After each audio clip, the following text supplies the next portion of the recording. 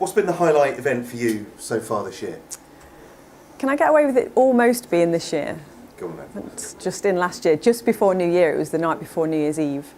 I played in Berlin at a club called Polygon, and a load of my friends came out there with me and were on the dance floor in front of me. And obviously it was almost New Year, so it was really, everybody was celebrating. And Berlin's quite crazy anyway, so it was a really good set, and I went kind of a bit more techno than I normally do. Yeah, and I'm now playing there. I've played there again actually in March, but it wasn't as quite as memorable for me as that one. With so much emphasis on artists having a strong online presence, how do you deal with that?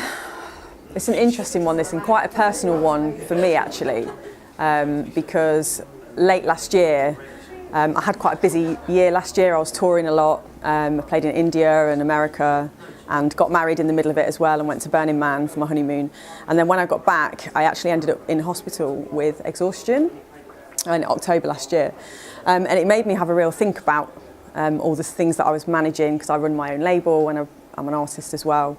And I kind of realised that social media and my online stuff was probably the main culprit for causing me stress and anxiety and eventually exhaustion. So yeah, I had to have a really good look at that and how I use them. And at the time I came completely off Facebook, came off social media for about a month, and I was kind of thinking at the time, I'm going to get left behind or I'm going to miss out on, you know, loads of stuff, but I really didn't. And actually it was quite liberating not being on there, and definitely less stressful. Obviously I'm not saying that nobody should have social media, because we're in this digital era, and obviously yes, you need a really strong online presence. I use I think probably six different platforms, so YouTube, Mixcloud, SoundCloud, Twitter, Instagram, Facebook, and I've got me as just her, I've got my brand Constant Circles, and I've got a blog as well. So it's kind of like 3 lots of 6 pages that I'm managing, and it can be really overwhelming at times. So I think you need to have this online presence and you need to be a personality so people connect with you, but at the same time I think it's really important for people now to have a look at their relationship with social media and just make sure that it's really healthy. How much time are you spending just mindlessly scrolling on there? Is what you're doing at that time, you know, is it giving you value? And also a lot of it I felt was quite negative on there a lot of the time. People don't speak to each other very nicely, so I think everybody needs to just be nicer to each other online as well. So yeah, that's how I feel about it now. Be excellent to each other. Be excellent to each other, exactly. You recently featured on the Crosstown Rebels label, singing on a track for Raw District and Fabrice League. How did that come about, and is featuring on tracks something you're going to be doing more of? Yeah, actually, I'd always done a little bit of singing before when I started producing, and I'd sung on a couple of other people's tracks but not been named. But I was always really kind of, I don't know, I just felt a bit weird about my own voice, you know, when you hear yourself back. So I didn't really push my vocals at all until I had this one track called Follow You Down, which was one of my biggest tracks that I've had.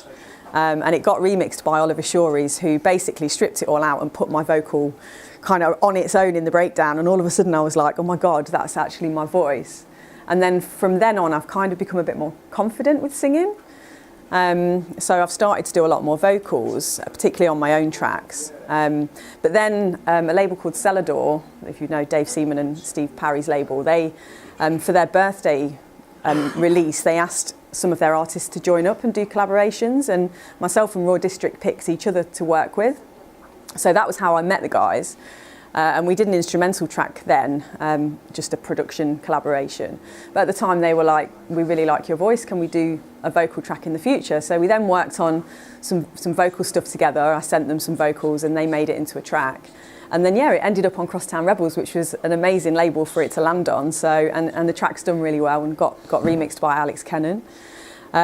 So yeah, so I'm starting to do a lot more vocal stuff now, and I'm singing top lines for some other people, but I can't say who they are just yet. I really can't, because in case it doesn't work, or, you know, but I'm currently working with some other people that's really exciting. So yeah, so look out. Will you be returning to the USA this year after your tour last year? Yeah, definitely. So I've got my visa there to play for 3 years, so hopefully going to be playing quite regularly. I've just come back from San Francisco playing for the Air Pusher crew, which is guys that I met at Burning Man last year. So I've been playing for them. And then hopefully going to be back out in the summer in June, around June time, to do the East Coast, so New York and that area as well. What releases do you have coming up, on which labels are they going to be on? Again, I've got some things in the pipeline that I can't quite say yet. I've had a fairly quiet start to the year actually. Over Christmas I decided to rebuild my studio, like take it to bits, start again from scratch. And because I just felt like I needed my sound to be a bit more fresh. So the whole of kind of December and January I was in the studio learning the new tools and experimenting a bit more. And I've created a bank of about, I think I've got 12 new original tracks that have just gone out to a number of different labels. So I'm kind of waiting for things to happen at the minute. But I'm definitely on Anjuna Deep again soon. We're just trying to work out what's going to come out and when on Anjuna Deep. So that's really cool. And then I'm remixing a really good artist called Audio Hell on Jukebox label. That's coming out soon. And then also, which is really exciting for me, I'm going to have my first vinyl release on my own label, Constant Circles. Cheeky plug. Which is originals by Honor Osman, who's a really great artist from Switzerland, and then remixes from myself and Joseph K.